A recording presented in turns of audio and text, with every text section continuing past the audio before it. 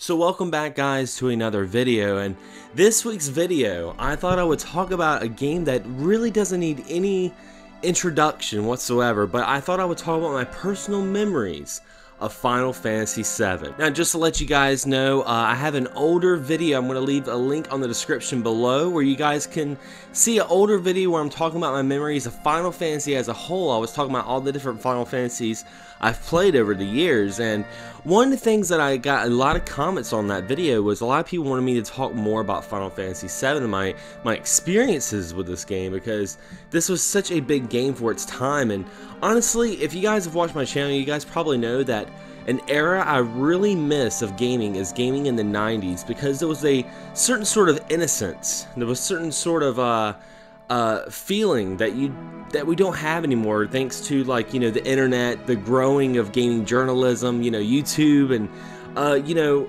games now, when they come out, you know everything about them. And Final Fantasy VII was definitely one of those games that was very hyped, but it was hyped because nobody really knew exactly what it was. I was already familiar with Final Fantasy from the NES and the Super NES days, but I remember seeing the first trailer of Final Fantasy VII when I was watching WCW Saturday Night Wrestling, and I saw that trailer come up in a commercial, and I was just completely floored of what I was seeing. I couldn't believe that this was actually a video game. And it's funny because seeing it now, it seems very primitive, and some people may look at it and they're like, oh, that's just CG, but it was something special back then.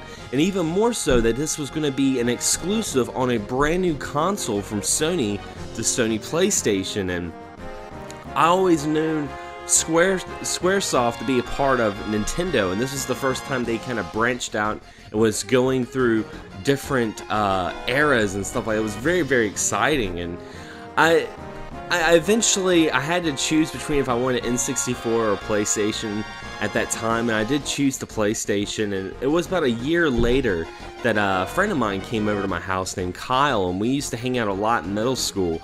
Every weekend we'd go out, skateboard, play video games, watch movies, or prank call or something like that. And I remember one day he brought Final Fantasy VII over, and I saw it, and the moment I saw it, I was like, that's that game I saw the previews for like almost a year ago when I was watching wrestling.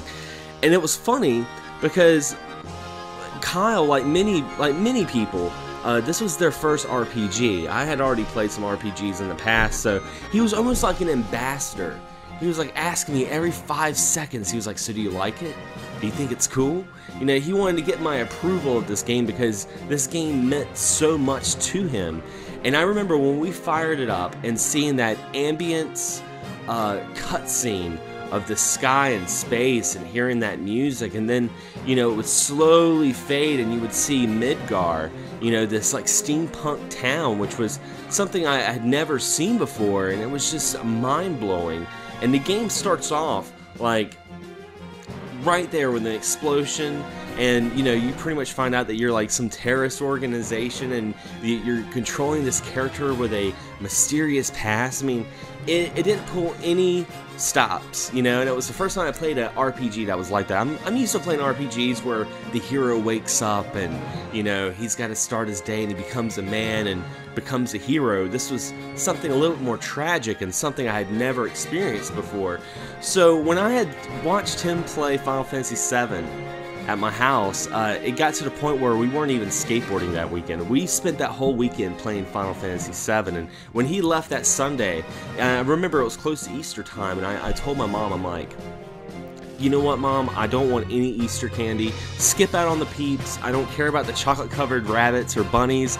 I want Final Fantasy VII. And sure enough, surprisingly, I got my copy of Final Fantasy VII right here. It's the same copy I've had since '99, and not only did I get Final Fantasy VII, but I also got the strategy guide. And let me tell you guys, you know, back then the internet was starting to get big, but it just wasn't what it is now.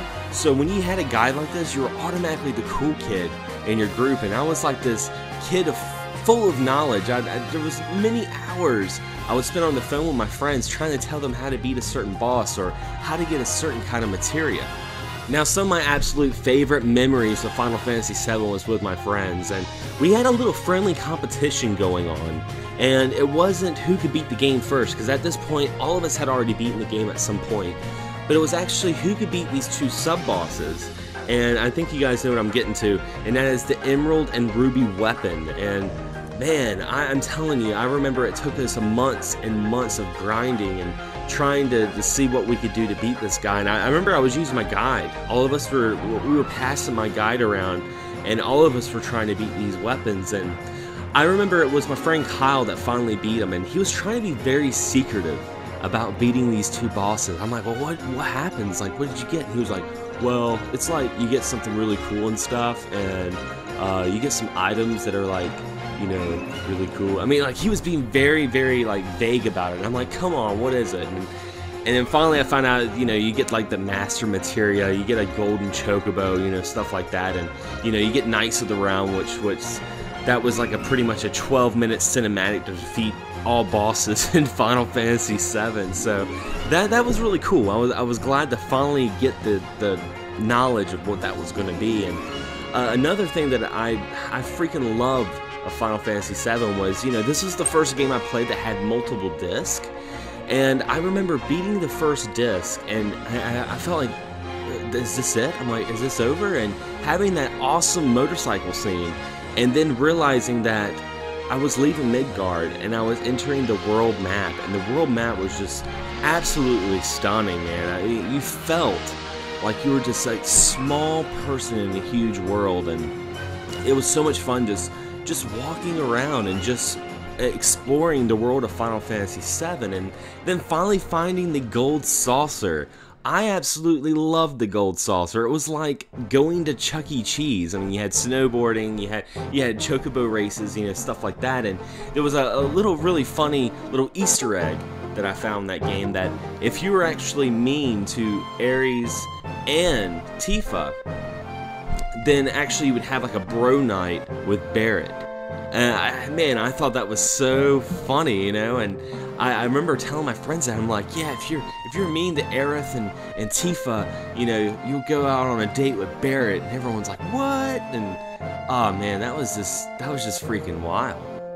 There's no doubt that Final Fantasy VII has become almost its own entity to the Final Fantasy series. It's become such a huge fan favorite, and rightfully so. And you know, it's sprouted a sequel in the movies with avid children, which I highly recommend you guys watch if you haven't seen it already. Get the complete edition. The complete edition has a lot of deleted scenes, and it kind of helps the story kind of come together a little bit more. And you can get really cheap on Amazon on Blu-ray, and it still to this day holds up very, very well. And they even had a prequel on the PSP called Crisis Core Final Fantasy VII, and that follows what happens before Final Fantasy VII, where you're controlling Zack, and you find a little bit more about his backstory, and Sephiroth and Cloud and their years of soldier. And it's amazing how much this game has just had this complete fandom and environment, and it's become one of the, in my opinion, it's become one of those games that I think every gamer should play at least once. Even if you don't enjoy it,